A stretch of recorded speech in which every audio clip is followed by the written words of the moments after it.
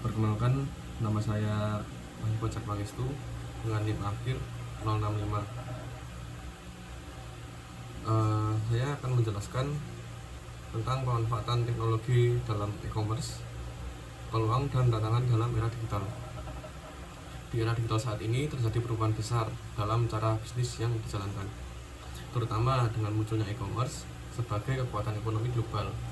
Perkembangan teknologi informasi dan komunikasi mendorong lahirnya berbagai platform perdagangan digital yang semakin canggih dan saling terintegrasi.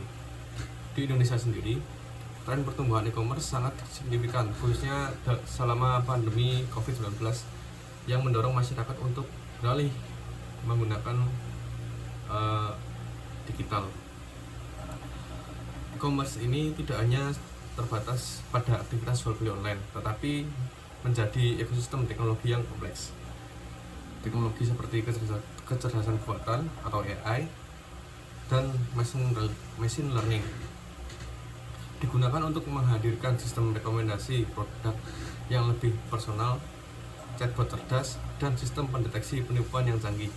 Teknologi ini membantu meningkatkan efisiensi bisnis dan pengalaman pengguna. Selain itu, mobile commerce atau m-commerce semakin dominan karena tingginya penggunaan smartphone di Indonesia.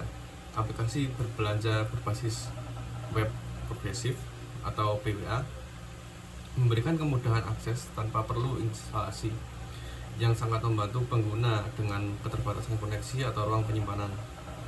Teknologi pembayaran juga mengalami transformasi besar dengan hadirnya fintech seperti dompet digital, sistem beli sekarang bayar nanti, serta integrasi dengan blockchain untuk pembayaran yang aman dan transparan. API pembayaran juga memungkinkan konektivitas tanpa hambatan antara toko online dan berbagai metode pembayaran. Peluang teknologi e-commerce. Beberapa peluang utama yang muncul saat integrasi teknologi dalam e-commerce antara lain itu yang pertama ada ekspansi pasar dan jangkauan global. Bisnis dapat menjangkau konsumen lintas negara dengan biaya relatif rendah, memungkinkan UKM untuk bersaing di pasar internasional. Dan yang kedua ada efisiensi operasional. Teknologi seperti sistem manajemen inventaris berbasis AI dan otomatisasi proses bisnis atau RPA membantu menekan biaya dan mempercepat pelayanan. Yang ketiga ada peningkatan pengalaman pelanggan, personalisasi produk dan layanan berbasis data, serta penggunaan AR dan VR untuk fitur membeli virtual try-on memberikan pengalaman belanja yang menarik dan interaktif. Pengambilan keputusan berbasis data. Yang keempat, analisis big data memungkinkan bisnis memahami tren pasar, perilaku konsumen, dan melakukan prediksi dengan lebih akurat sehingga strategi bisnis dapat dilakukan lebih tepat. Selanjutnya ada tantangan dalam implementasi teknologi. Meski peluang besar terbuka, ada beberapa tantangan serius yang perlu diatasi. Yang pertama ada keamanan siber atau privasi data. Ancaman seperti pencurian identitas dan pelanggaran data menjadi risiko besar.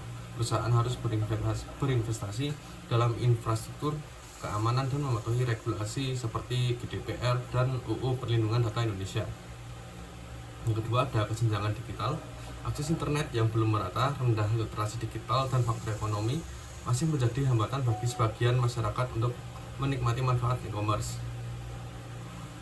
Kompleksitas teknologi dan integrasi. Yang ketiga, integrasi sistem lama dengan teknologi baru seringkali sulit dan mahal. Bisnis memerlukan tenaga ahli dan sumber daya yang memadai. Yang keempat, peraturan dan kepatuhan hukum. Berbagai aturan perdagangan, pajak, dan perlindungan konsumen berbeda-beda antara negara, sehingga bisnis harus memahami hukum lintas batas yang lebih baik. Yang lima, persaingan yang ketat dalam pasar jenuh. Dominasi platform besar dan kemudahan masuk ke pasar menyebabkan persaingan semakin ketat. Inovasi menjadi kunci untuk bertahan. Yang selanjutnya ada strategi dan rekomendasi.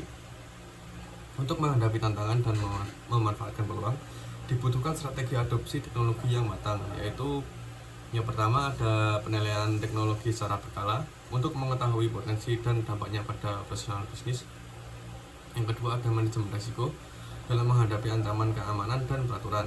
Yang ketiga ada keterlibatan pemangku kepentingan agar adopsi teknologi didukung semua pihak. Dan yang terakhir ada pembelajaran berkelanjutan untuk pelatihan staf dan pengembangan kapasitas internal. Selanjutnya rekomendasi untuk pertumbuhan berkelanjutan mencakup yang pertama ada fokus pada inovasi yang berpusat pada pelanggan. Yang kedua ada penggunaan teknologi yang etis terutama dalam penggunaan data. Yang ketiga ada kolaborasi dengan mitra strategis seperti lembaga keuangan dengan perusahaan teknologi.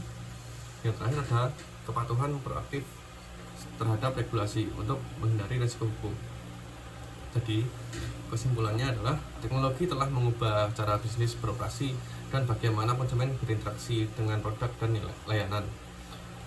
Dengan memanfaatkan teknologi seperti AI, big data, dan mobile commerce, dan sistem pembayaran digital, bisnis dapat meningkatkan efisiensi dan menciptakan pengalaman pelanggan yang lebih baik.